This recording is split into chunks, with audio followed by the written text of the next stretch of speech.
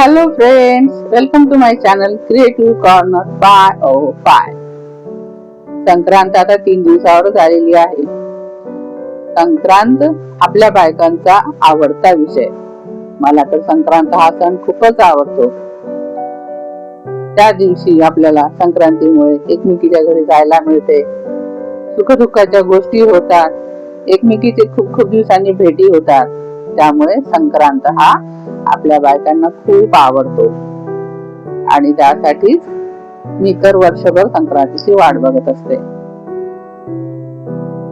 संक्रांतीला नुसतं हिंडणं फिरणं तर होतच नाही, तर छान छान साड्या घालणे, दागिने घालणे आणि मिरवणे हा एक सुद्धा आपला त्यातला एक पार्ट असतो, हो की नाही?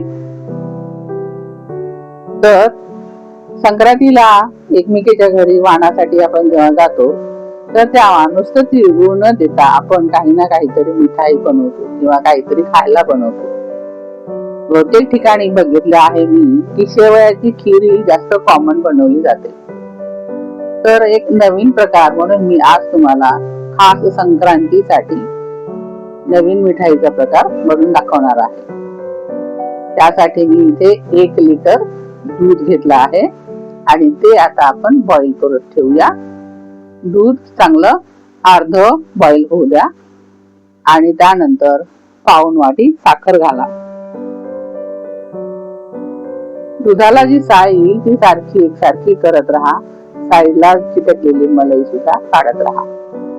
दूध चांगलं अर्ध आटलं की त्यामध्ये आपल्याला घालायचंय कस्टर्ड पावडर. तर कस्टर्ड पावडर मी इथे 2 चमचे घेतलेला आहे आणि त्यामध्ये 4-5 चमचे थंड दूध घातले आहे आणि असं हे दुधामध्ये मिक्स केलेलं कस्टर्ड पावडर आपल्याला या घोटलेल्या दुधामध्ये घालायचं आहे.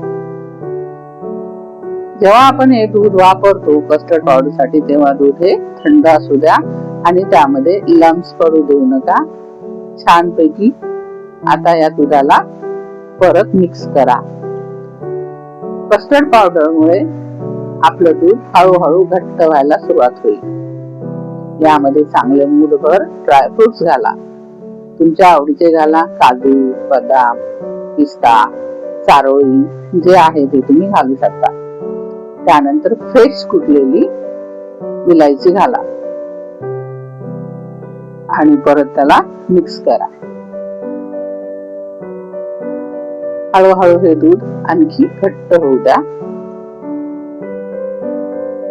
दूध आटवायलाच थोडासा वेळ लागतो, नाहीतर बाकीची पुढची प्रोसेस एकदम सोपी आहे.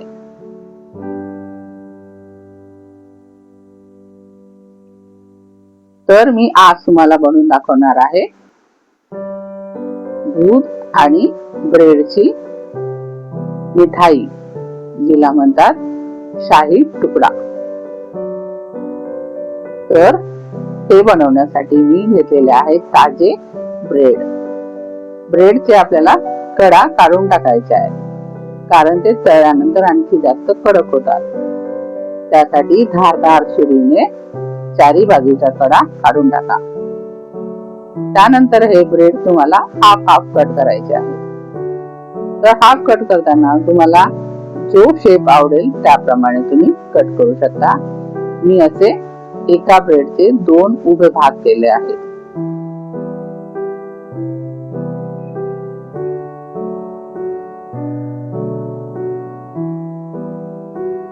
अशा प्रकारे तुम्हाला ब्रेड किती हवा आहे त्याप्रमाणे तुम्ही असे करून घेऊ शकता. एका ब्रेडचे 2 भाग करू शकता. उभे भाग करू शकता, आडवे भाग करू शकता, किंवा तुम्ही अशा प्रकारे जर तुमच्याकडे राऊंड कटर असेल तर, किंवा वाटी असेल एखादी, तर त्याच्या साहाय्याने असं राऊंड सुद्धा कट करू शकता. हे पण खूप छान दिसते.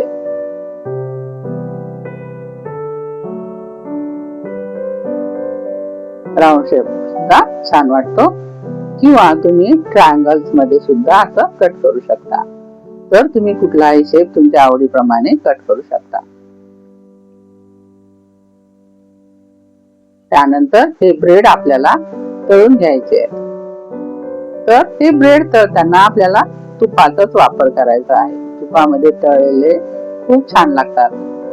बरेच जण तेलामध्ये तळतात, तेलामध्ये तळले तरी चालतात, पण जी मिठाईची खासियत आहे ती या तुपामुळे जास्त येते. सुरुवातीला तेल हे थोडं चांगलं गरम होऊ द्या, तूप चांगलं गरम होऊ द्या आणि नंतर मीडियम ठेवा आणि दोन्ही बाजूनी असं हे छान गुलाबी रंग, थोडासा आणखी जास्त डार्क येऊ द्या, तांबूस रंग येऊ द्या आणि तळून द्या. थोडस तूप जास्त लागतं हे तळायला, पण जास्त करून तुपामध्ये तळलेलंच खूप छान लागणार.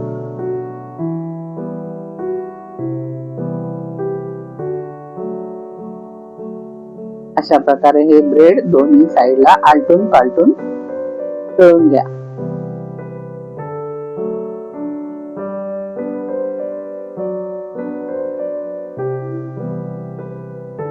जास्त काळा होऊ देऊ नका, नाहीतर हे कडवट लागणार.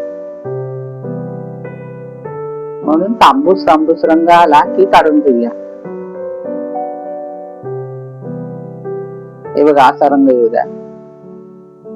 या स्टेजवर तुम्ही काढून घेऊ शकता.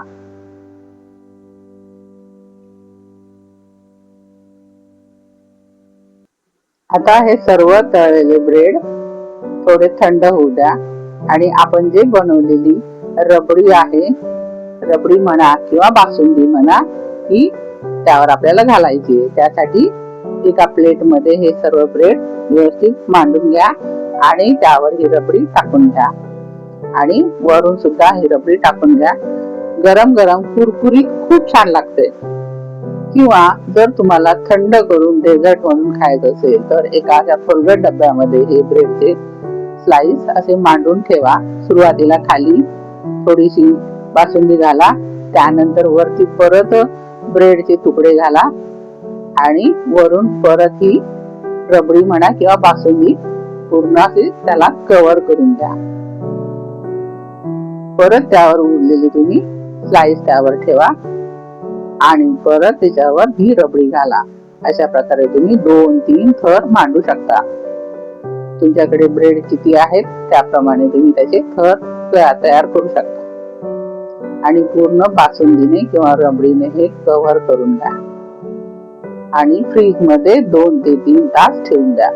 छान थंड झालं की हे आणखी छान लागते.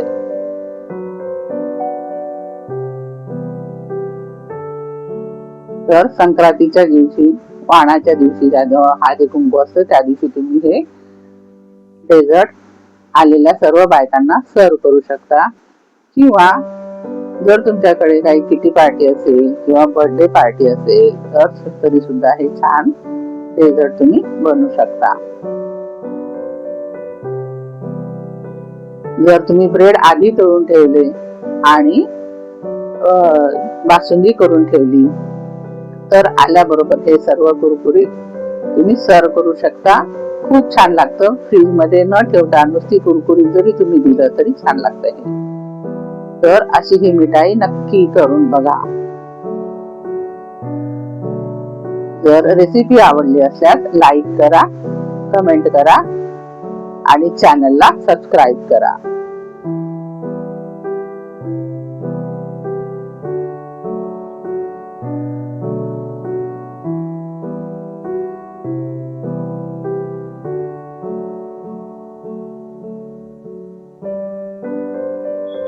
हॅपी संक्रांती.